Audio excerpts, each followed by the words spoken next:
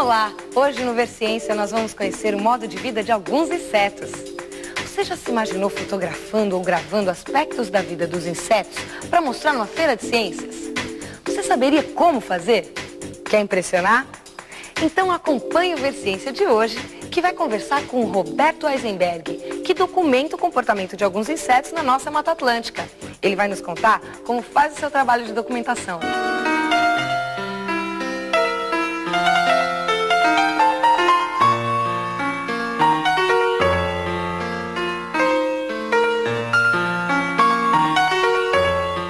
Devemos considerar os insetos nossos amigos ou nossos inimigos? Se por um lado eles podem levar doenças às pessoas, por outro, eles são responsáveis direta ou indiretamente pela polinização de pelo menos 1/3 da produção agrícola mundial. Você já tinha parado para pensar nisso? Então, agora pense um pouco sobre o comportamento de dois insetos, em especial a abelha e o cupim-rainha, e tente responder às seguintes questões. Por que o cupim-rainha é difícil de ser localizado? E o que acontece com o zangão após o voo nupcial? Não faço a mínima ideia. A abelha mata ele. Ele morre. Ele morre? Ah, isso eu não sei. Não sei. Pois é, tentar entender o comportamento do ser humano já é difícil. Imagine tentar entender o comportamento dos insetos. Para contar pra gente particularidades de alguns insetos da Mata Atlântica, trouxemos o físico, dentista e entomólogo por vocação, Dr. Roberto Eisenberg. Roberto, como surgiu o seu interesse pela vida dos insetos? Bom, a princípio surgiu pelo meu interesse pela vida, né? E os insetos são uma das formas que a gente pode representar a vida, porque eles são os que têm a maior biodiversidade no planeta. Inclusive, eu estou trabalhando agora numa parte técnica para pesquisa de insetos sociais. Tá? O que seriam insetos sociais? São os insetos que se organizam em sociedades, né? Em colônias que têm uma organização social. Por exemplo, formigas, abelhas, cupins. Agora nós vamos acompanhar 2 registros feitos por você, o Visíveis e Invisíveis e o Mamãe Coruja. Queria saber se você tem algum comentário a fazer. Bom, o primeiro vídeo é bem interessante porque eu procuro levar uma das formas que os insetos usam para se defender de seus predadores. E no outro, o segundo, Mamãe Coruja, eu mostro aquele que é chamado cuidado parental, né? Ou seja, é o cuidado que os progenitores têm com a prole, né? O pai tem com o filho, a mãe tem com o filho. Então vamos acompanhar.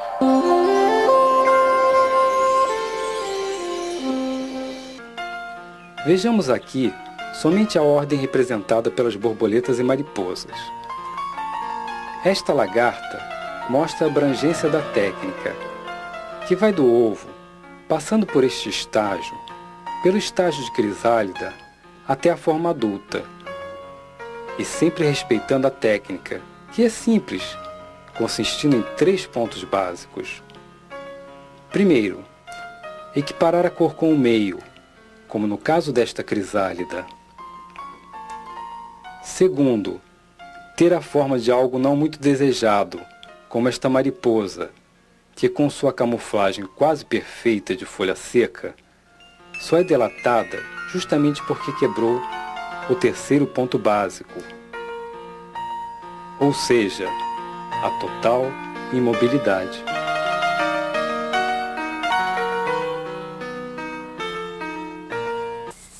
Por outro lado, esta mariposa folha parece ter seguido perfeitamente a lição, ou seja, uma cor boa, camufla-se como uma folha comida, o que diminui a quantidade de interessados, e a imobilidade até o último instante.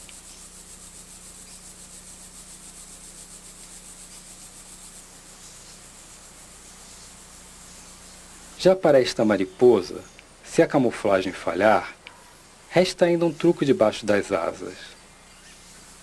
A mariposa olhos de coruja exibe 2 grandes manchas, em forma de olhos, com pupilas negras e íris claras, e com um olhar faminto de predador. Já para algumas borboletas, não é necessária camuflagem, pois elas exibem visivelmente uma ameaça, com 4, 6 ou vários olhos, como esta capitão do mato. Já outras querem se mostrar, como a castanha vermelha, acenando suas cores, ou a pingos de prata, que parece intocável ao sol, ou sugando o néctar das flores. E também a Maria Boba, que de boba não tem nada, pois guarda uma herança em seu corpo, toxinas herdadas do tempo em que era lagarta, e que agora protegem o adulto de qualquer possível predador. E talvez a mais conhecida das três Américas, a borboleta monarca, que quer ser visível, mostrando sua beleza, que também é sua ameaça.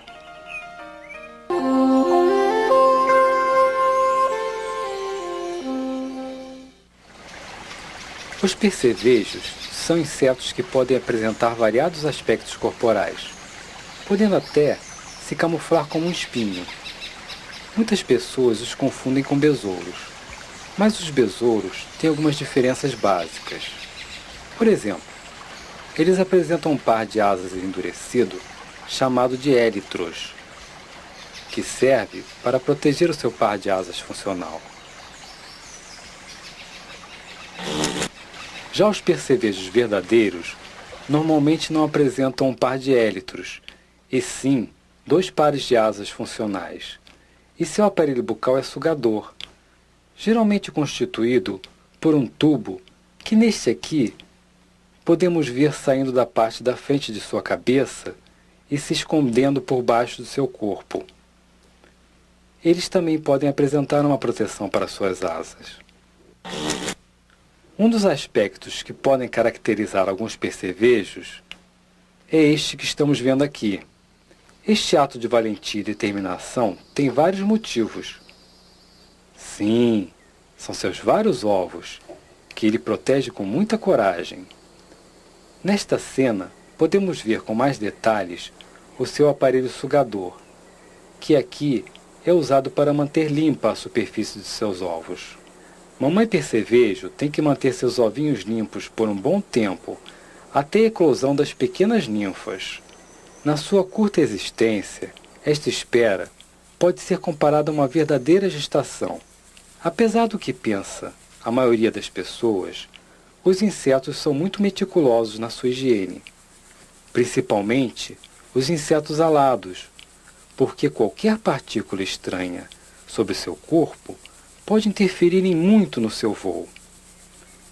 Apesar dos seus cuidados pessoais, o seu maior interesse agora está na sua prole.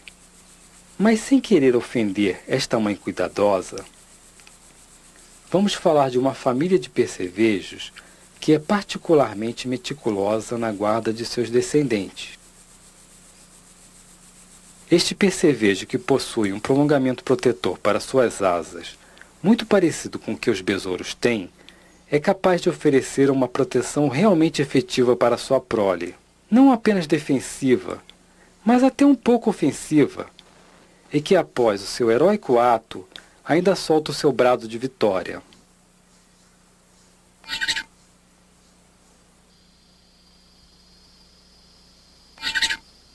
Apesar de suas cores de alerta, alguns insetos podem inadvertidamente cruzar o seu caminho. E o som serve para reforçar o seu sinal de alerta. Após algum tempo, nascem suas pequenas ninfas, as quais ela guarda com a mesma determinação com que guardava seus ovos. Uma outra curiosidade é que mamãe percevejo nutre suas crias com um líquido que os manterão por algum tempo e que após algumas mudas ficarão com uma linda cor verde metálica, de um reluzente adolescente. Incrível como os insetos também têm suas defesas, tanto para se defender como para defender sua cria. Precisa de algum equipamento especial? Olha, hoje em dia existe uma vantagem muito grande, porque com equipamentos relativamente baratos se consegue fazer esse tipo de filmagem. Você pode usar, por exemplo, uma pequena filmadora, né?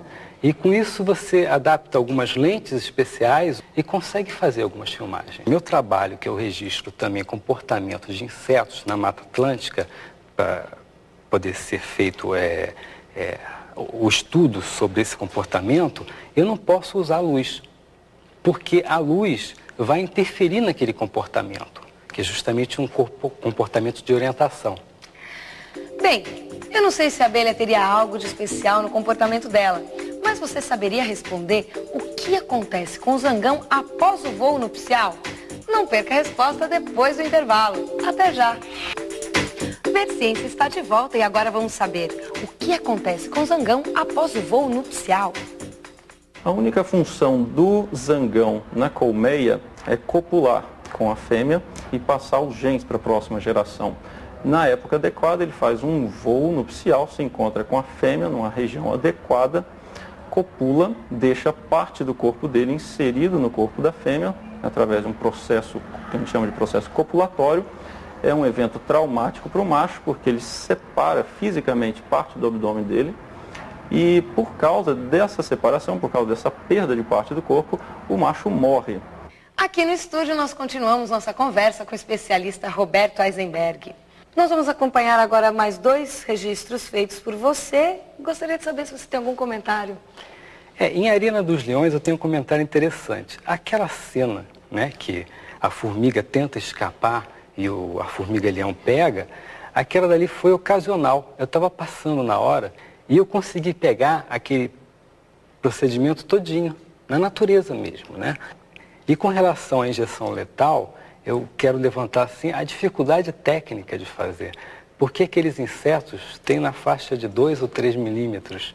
E você conseguir manter o foco naquilo é muito difícil. Bacana! Então vamos acompanhar mais esses 2 registros feitos pelo Roberto.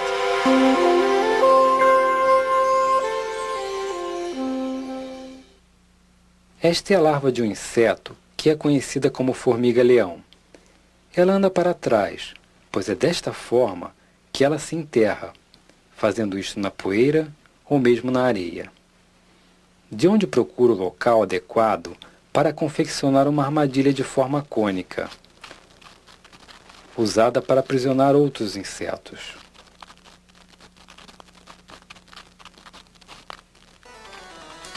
Nesta filmagem acelerada, podemos ver a confecção desta armadilha, que fica pronto em poucos minutos.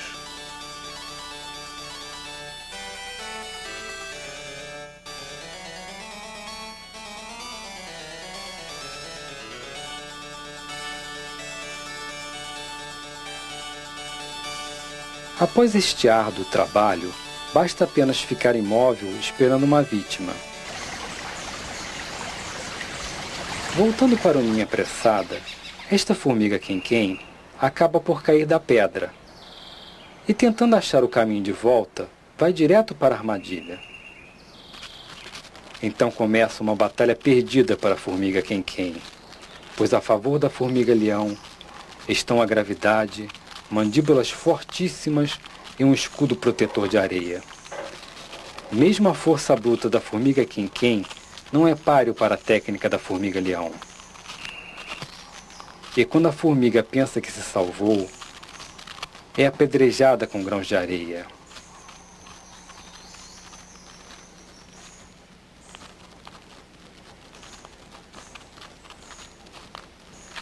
Já exausta, ela tenta desesperadamente se salvar, porém isto é inútil, pois foi inoculada com uma substância paralisante, que é produzida por uma bactéria que vive na saliva da formiga-leão. Em pouco tempo, a formiga quem-quem terá suas entranhas sugadas. Isto mostra que mesmo insetos destemidos como a formiga quem-quem têm predadores à sua espreita. Na realidade, a formiga-leão não é uma formiga, não pertencendo nem ao menos à ordem a que pertencem as formigas.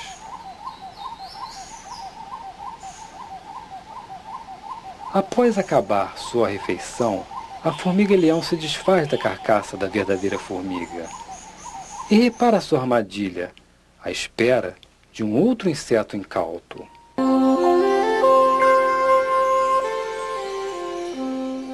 Os pulgões estão entre os insetos mais prolíferos da Terra. Em apenas um ano, uma fêmea com pouco mais de 1 miligrama pode gerar descendentes que juntos somarão um peso superior ao da população humana na Terra. Só que isto não é motivo para festejo, pois na realidade são um dos insetos mais visados por outros de sua classe, que fazem o tão importante controle das populações de pulgões, evitando assim um colapso em nosso planeta. E como exemplo temos a clássica joaninha, que os come às dúzias, como pequenos sanduíches, ou suas larvas, que como a forma adulta, os comem vivos. Mas não devemos ver isto como um sinônimo de crueldade, pois no mundo dos insetos isto é um fato inevitável. Mas nada parece ser tão cruel como o que faz esta pequena vespa, que logo após eclodir, procura prontamente um parceiro para fertilizar seus ovos, para que possa perpetuar sua espécie. E o que vamos assistir a partir de agora é capaz de deixar qualquer escritor de ficção científica intimidado, pois ela agora ativou uma arma letal e sairá à procura de pulgões e suas ninfas, nos quais injetará um ovo que, como um ser alienígena, tomará conta de suas funções, escravizando seu corpo, que lhe cederá todos os nutrientes e também todo o seu conteúdo interno, levando invariavelmente este pulgão a produzir outro temível predador. E ela continuará inoculando um a um até o final dos seus ovos, que coincidirá com o final da sua vida, que provavelmente será antes dos primeiros descendentes nascerem. E nascerão, abrindo uma saída no esqueleto externo do pulgão, abandonando-lhe como uma casca vazia, símbolo do drama que se travou. E começando assim um novo ciclo de vida, seguindo os caminhos traçados por milhões de anos. E quanto aos pulgões, tão indefesos, a história não é bem assim. Quem está observando atentamente, verá que por uns tubinhos situados na parte de trás, cada vez que ele leva uma ferroada, solta uma gotinha. Esta gota é uma cera líquida, que em contato com o ar vai se solidificando, se transformando numa cola, a qual a vespinha instintivamente procurará evitar. Pois se nela tocar, poderá ficar presa, tendo assim sua atividade de postura cancelada. E com este ato de heroísmo, conseguiu poupar a vida de vários de sua espécie, mesmo estando invariavelmente condenado à morte. Roberto, dá para dizer que os insetos também têm valores de sobrevivência, né? Tem sempre o que manda, o que defende, tem até traição e solidariedade. E na sua opinião, qual a importância dos insetos na nossa vida? Eles são de importância fundamental. Primeiro, que eles mantêm o planeta funcionando, ou seja, eles polinizam as flores, que vão nos dar maravilhosas colheitas. Eles mantêm a reciclagem dos nutrientes, né, para que essas plantas cresçam. Eles são uma peça fundamental nesse organismo maior que é a Terra, né, e que nós vivemos nela. Nós não podemos deixar de mantê-la. E para mantê-la, a gente tem que manter os organismos que ajudam a mantê-la. Então, os insetos são importantes. Assim como as bactérias são importantes, assim como as plantas são importantes. E para quem também gosta de pesquisar insetos e não tem certeza ainda da escolha da profissão, nós do Verciência fomos conferir como é o curso de Biologia. Meu nome é Eduardo, sou estudante de Biologia, faço estágio no Museu de Zoologia com insetos e agora eu vou mostrar para vocês como é que se especializa em entomologia.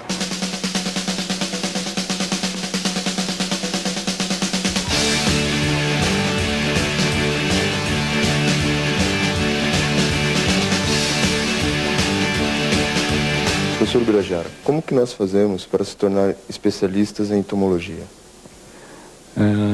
Você deve estudar alguma das carreiras que tem entomologia como disciplina. Por exemplo, agronomia, biologia, veterinária, se for entomologia médica, alguma cadeira de medicina e assim por diante. Peterson, quais as disciplinas que você mais gosta de estudar dentro da área de entomologia? Na verdade, isso também é relacionado com a minha experiência de vida, assim, porque eu sempre gostei muito de conhecer toda a diversidade dos insetos. Então, sendo assim, eu gosto mais das matérias relacionadas com a taxonomia, né, com a classificação dos insetos. São as que eu mais gosto. Qual que é a importância dos insetos? Na verdade, a importância dos insetos é uma das maiores que pode ter dentro da biologia, né, uma vez que cerca de 75% das espécies conhecidas dos animais são insetos. Então, se tenta entender a biodiversidade, a ecologia, de uma forma mais global, você tem que estudar os insetos de um jeito ou de outro. Professor Nicolas, fora da área acadêmica, onde mais o entomólogo pode estar atuando? Várias áreas. Dentre elas, a gente pode citar principalmente na área de saúde pública, na área de controle de pragas, na área de elaboração de relatórios de impacto ao meio ambiente. E aí, se interessou? Fique ligado no Ver Ciência. Aqui você pode acompanhar como são os cursos de sua preferência e decidir que profissão seguir. Enquanto você decide pela profissão, que tal responder a seguinte questão? Por que o cupim-rainha é tão difícil de ser localizado? O cupim-rainha? Ele fica escondido, né? Embaixo da terra. Porque ele fica enterrado? Não sei. Às vezes uma espécie que está ameaçada. Porque talvez ele fique escondido. Não sei. Depois do intervalo você confere a resposta. É rapidinho, não sai daí. O Ver Ciência está de volta e você vai saber por que o cupim-rainha é tão difícil de ser localizado. Quando se fala de rainhas, a gente precisa primeiro saber que espécie a gente está falando. Por exemplo, existem espécies como Nasutitermes ou Cornitermes, que são aqueles murundus que se encontram nos campos, onde é muito fácil encontrar a rainha. Já os cupins subterrâneos já são mais difíceis. Por exemplo, o Coptotermes pode fazer ninhos no solo, ou geralmente sob edificações ou dentro das edificações, nos caixões perdidos entre os andares. Nesse caso é bem difícil encontrar. Essa espécie, inclusive, que é a principal praga de madeiras aqui do sudeste brasileiro, ela pode fazer ninhos policálicos, ou seja, uma mesma colônia pode apresentar vários ninhos interconectados. Quando se encontra um ninho, não necessariamente se está encontrando um ninho com a rainha. E o nosso papo continua sobre insetos. Roberto, durante as gravações desses documentários, você já teve algum incidente? Foi quando eu estava filmando algumas lagartas, que elas são chamadas de lagartas assassinas, são as lagartas de borboleta lonômia, né? São mariposas, né? Eu estava fotografando, aliás, né? Não estava nem filmando ainda, estava fazendo fotografia. Eu estava fotografando essas lagartas e no meio das fotografias, uma delas caiu em cima da minha roupa. E por cima do tecido, os espinhos delas perfuraram e inocularam a toxina, né? E naquela noite, eu sofri violentas dores de cabeça. Quer dizer, já foi uma reação da toxina delas. Eu fiquei preocupado, quase fui para o hospital, mas a reação foi diminuindo e parou. A toxina dela pode causar, entre os outros efeitos, até hemorragia cerebral. Nossa! Mas aí precisa de uma quantidade grande. Seria uma quantidade maior para causar efeitos realmente perigosos. Aquilo foi só um pequeno incidente. Existem muitos estudos sobre insetos no Brasil? Tem vários pesquisadores na área da entomologia. E não só na área da entomologia, tá? Existem pesquisadores até em outras áreas, como, por exemplo, o estudo que eu participo, que é sobre orientação em insetos sociais. Tá? É um grupo de físicos que está trabalhando em cima disso. Além disso, por exemplo, vamos dar um exemplo, existem pesquisas feitas aqui em São Paulo, né, sobre essa lagarta, porque a toxina dela pode ser usada como medicamento. Você gostaria de dar alguma dica de site, um livro? Porque estudar inseto, então, é importante, né? Olha, eu indico o site dos meus documentários, que tem links para outros sites, né? Que é o www.insecta.tv, tá? Ok. E lá você pode encontrar uma bibliografia mais ampla. Mas aqui eu trouxe um livro muito especial, que é um livro que fala sobre a vida, não sobre insetos somente. E que consegue sintetizar tudo que se sabe sobre a vida hoje em dia, o que é a vida, que é uma tentativa de explicar o que é a vida. E é de Lynn Margulis e Dorian Sigan. É da Azaar Editora. Bacana. Obrigada pela presença aqui no Ver Ciência, foi muito bacana a nossa conversa. O prazer foi meu. E aí, gostaram? Espero que sim. O Ver Ciência procura trazer sempre informações científicas de interesse para ajudar o nosso cotidiano. Se você quiser se corresponder com a gente e trocar conhecimentos, anote os endereços. Mensagem eletrônica verciência@tvcultura.com.br. Pelo correio, Caixa Postal 11.544, CEP 050 49 970. Espero você na próxima semana. Tchau!